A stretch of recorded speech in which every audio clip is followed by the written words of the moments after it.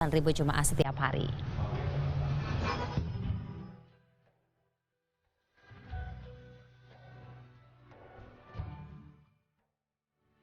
Inilah masjid yang kali pertama dibangun di benua Afrika yang didirikan sahabat Rasulullah Nabi Muhammad SAW, yang juga penakluk negeri Mesir Amr bin As yang namanya diabadikan menjadi nama masjid bersejarah ini. Masjid di kota Kairo ini dibangun tahun 641 Masehi. Dahulu dinding masjid dibangun dari batu bata, atapnya dari pelepah pohon kurma dan tiangnya dari batang pohon kurma dan hanya memiliki 6 pintu.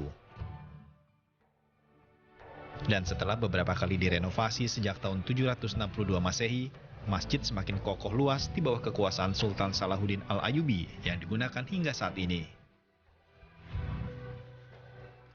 Selain untuk sholat, masjid juga difungsikan sebagai pusat pendidikan Islam pertama di benua Afrika.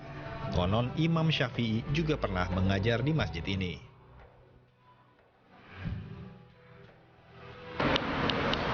Pemirsa, saat ini saya sedang berada di Masjid Amr bin As, di mana masjid ini merupakan masjid tertua yang pertama kali dibangun di Afrika.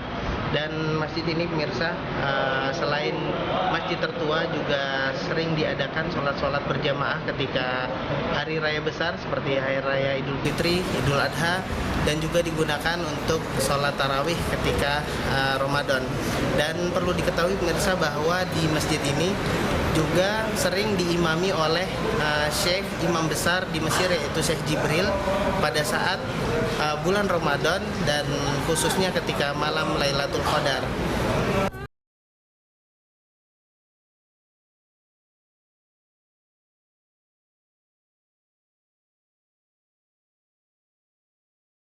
Keluar masjid, terutama menjelang 10 hari berakhirnya Ramadan untuk mendapatkan malam Lailatul Qadar.